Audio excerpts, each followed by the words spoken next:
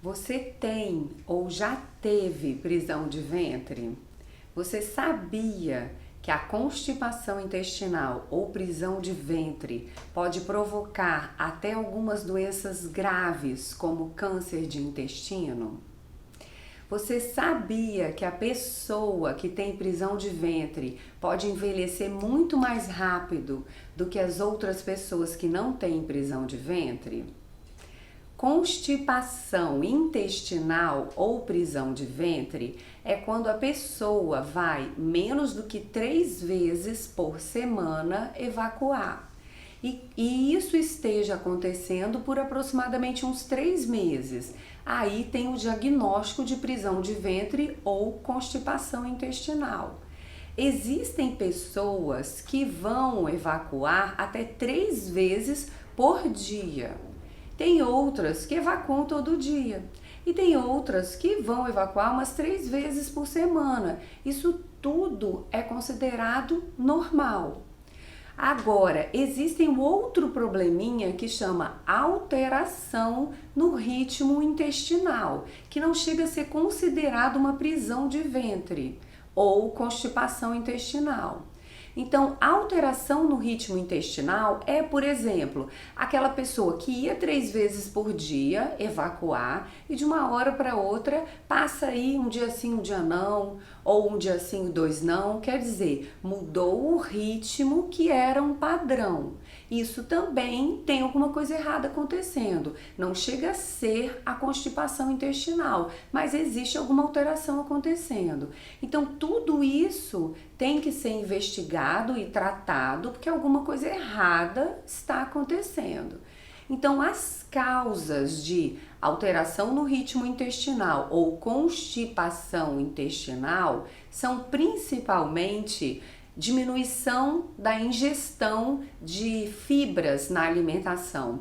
Então, tem pessoas que não comem a quantidade correta de fibras na alimentação. Então, come poucas verduras, legumes, frutas em quantidade muito pequena. E aí isso não vai ser suficiente para formar o bolo fecal.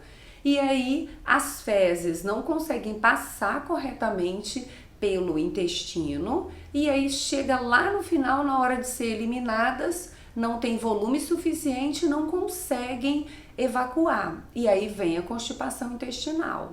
A falta de água. Tem pessoas que não bebem água corretamente. E aí o que acontece? As fezes ficam endurecidas e também não conseguem passar corretamente pelo intestino. Não adianta comer muitas fibras se não beber água adequadamente. E aí vão existir as fibras, mas elas vão ficar impactadas no intestino. Tem que ter a água para poder formar o bolo fecal, ele ficar mais amolecido com a água e assim conseguir ser eliminado corretamente.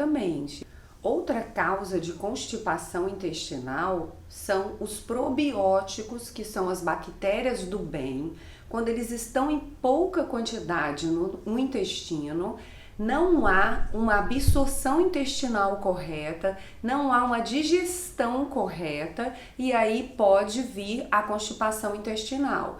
Os probióticos, que são as nossas bactérias do bem, eles podem ficar diminuídos de quantidade quando nós não damos os alimentos corretos. Então, comer verduras, legumes, evitar alimentos industrializados, evitar bebida alcoólica, ajuda a manter a quantidade de probiótico do nosso intestino num nível bom e essa quantidade grande de probióticos vai favorecer a formação do bolo fecal correto e evitar a constipação intestinal. Fora esses maus hábitos, existem doenças que podem também provocar constipação intestinal. O hipotireoidismo, que é quando a glândula tireoide não está funcionando corretamente, também pode levar à constipação intestinal, porque no hipotireoidismo tem queda do metabolismo. E quando o metabolismo está baixo, a constipação intestinal pode acontecer. O diabetes também favorece a constipação intestinal, porque quando a glicose está muito alta, essa glicose alta pode lesionar, quer dizer, machucar os nervos que mandam a movimentação do intestino, esses nervos ficam enfraquecidos, não conseguem mandar o comando para o intestino funcionar corretamente e aí vem a prisão de ventre também. Lembrando que existem alguns medicamentos que podem levar à constipação intestinal. Então, tem alguns antialérgicos que podem favorecer, antiácidos. E acima de tudo, não esquecer que a atividade física acelera o metabolismo e acelera também o trânsito intestinal, evitando a constipação. Então é muito importante saber quais as causas da constipação intestinal, porque assim evita-se essas causas e evita-se algumas doenças também. Então, a prisão de ventre ou constipação intestinal pode favorecer a queda dos hormônios, pode favorecer a diminuição de vitaminas, sais minerais, vão diminuindo porque, como o intestino não está funcionando corretamente, não tem absorção adequada.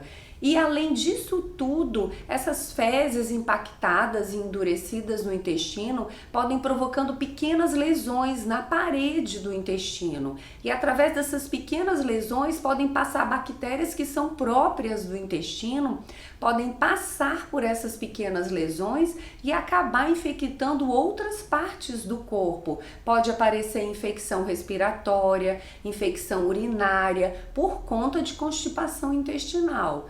Além disso, existem algumas doenças que acontecem diretamente no intestino mesmo.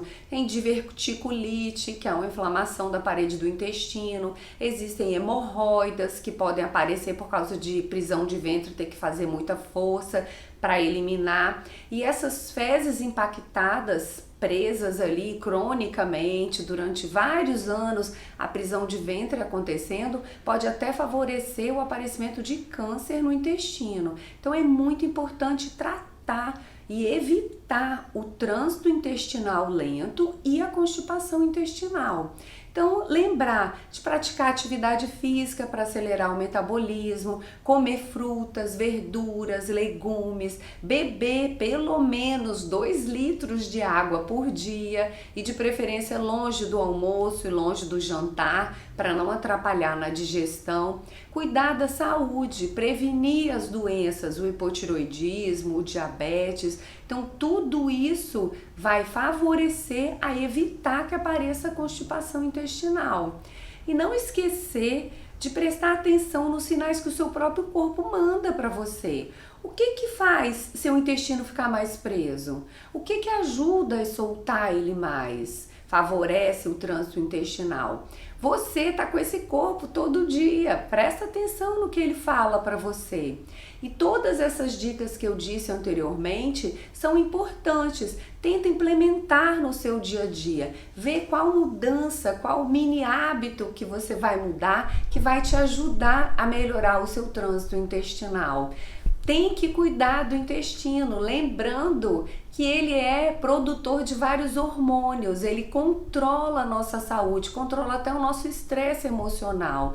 Então, se alimentar corretamente, cuidar do intestino e evitar a prisão de ventre para ter mais saúde e poder viver mais tempo, melhor ainda.